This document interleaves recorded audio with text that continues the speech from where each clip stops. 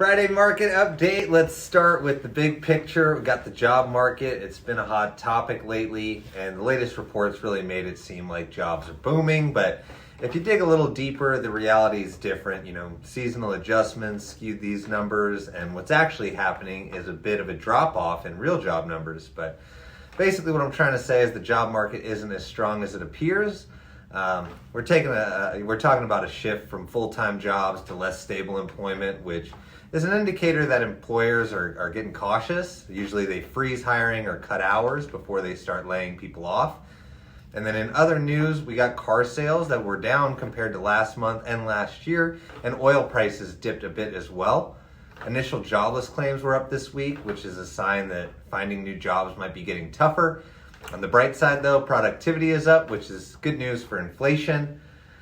The employment cost index also grew slower than expected, which is just another sign pointing towards inflation easing. Jerome Powell did give us some insight this week, and he's just looking for more confidence that inflation's under control before making any moves regarding the Fed fund rate. He basically said don't expect a rate cut in March. And the European Central Bank's also acknowledging that inflation's cooling down and has hinted at potential rate cuts. We got the ADP job numbers come in, and they were lower than expected, which basically shows some softness in employment, but it's still pretty decent, just not as strong as it once was. The JOLTS report, which is basically a measure of job openings, showed some strength in certain sectors. Home appreciation hit an all-time high, which is great for homeowners. It's like investors' stock values going up. Rents were also down, which is good for keeping inflation in check, but consumer confidence is still soaring and really shows people are feeling optimistic.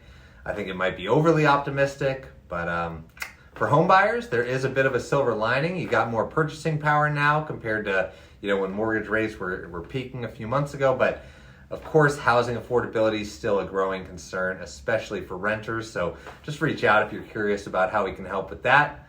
But summing everything up, the market's kind of giving us mixed signals, but the trends are clear. Job market's not as robust as it seems. Inflation's easing slowly but surely, and housing affordability is, still a critical issue. But as always, if you've got questions or you need some guidance in this market, feel free to reach out. Next week, we've got some important bond auctions that could sway the market, and I'll talk to you then.